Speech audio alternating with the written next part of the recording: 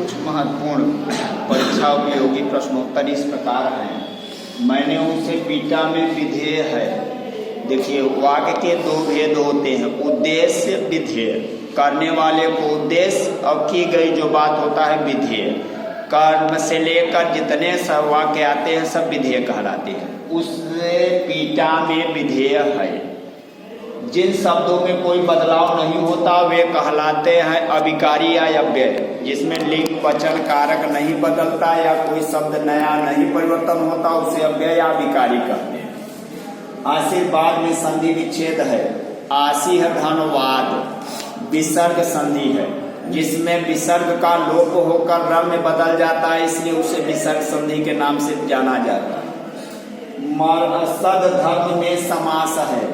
समास दो समासिक शब्दों के मेल को समास कहते हैं, जिसका शाब्दिक अर्थ संक्षिप्त होता है और शब्दों को दो सार्थक शब्दों को अलगाव किया विग्रह कहलाता है। समास 6 प्रकार के होते हैं, जिसमें सदरूपी धर्म, सद है जो धर्म, कर्मधारय समास के नाम से जाना जाता है, जिसका पहचान है के रूप में, की तरह, के जैसा।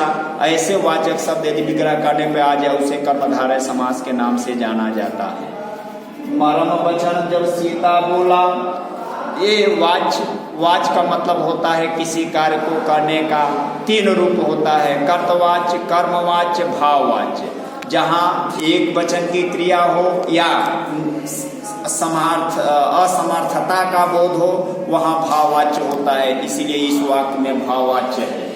वाच्य के कितने भेद होते हैं? वाच्य के 3 भेद, कर्तवाच्य, कर्मवाच्य, भाववाच्य। कर्ता की प्रधानता को कर्तवाच्य, कर्म की प्रधानता को कर्मवाच्य और भाव की प्रधानता को भाववाच्य के नाम से जाना जाता है।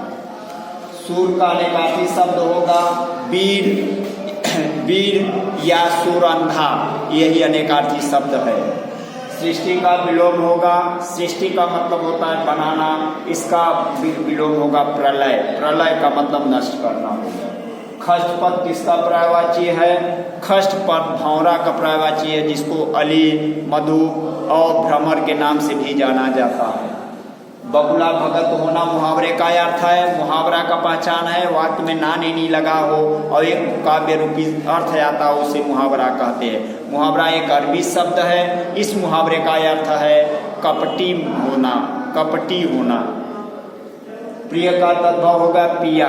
प्रिय जो है तत्सम शब्द है और प्रिया उसका तद्भव शब्द है। तद्भव शब्द वह शब्द जो हिंदी वर्जन हो, तत्सम वह शब्द जो संस्कृत वर्जन हो, जो पढ़ने में कठिन हो उसे तत्सम कहते हैं, जो पढ़ने में सरल हो उसे तद्भव कहते हैं। उल्लास शब्द का तत्सम होगा उल्लास। उल्लास शब्द का तत्सम होगा उल्लास। नुपुर का शुद्ध वर्तनी है न पे पड़ाऊ, बाकी सब वही सही है। नुपुर होता है। ट वर्ग का संबंध किस गुण से है? ट वर्ग का गुण हमारे यहाँ ओज गुण से है। ओज का मतलब प्रतापी। और हिंदी काव्य में कुल रसों की संख्या कितनी होती है? हिंदी काव्य में कुल रसों की संख्या 9 होती है, इसलिए रसों को 9 रस के रूप में जाना जाता है। लेकिन भरत मुनि और नाटक शास्त्र के आधार रसों की संख्या 8 होती है। और बढ़े हुए रसों की यदि गणना किया जाए जिसमें वात्सल्य और भक्ति रस 2 बढ़े हुए रस के नाम से जाना जाता है। इसी क्वेश्चन को कई परीक्षाओं में सही ढंग से तैयार करने के लिए यह 7 टिक के रूप में यह प्रस्तुत किया जा रहा है।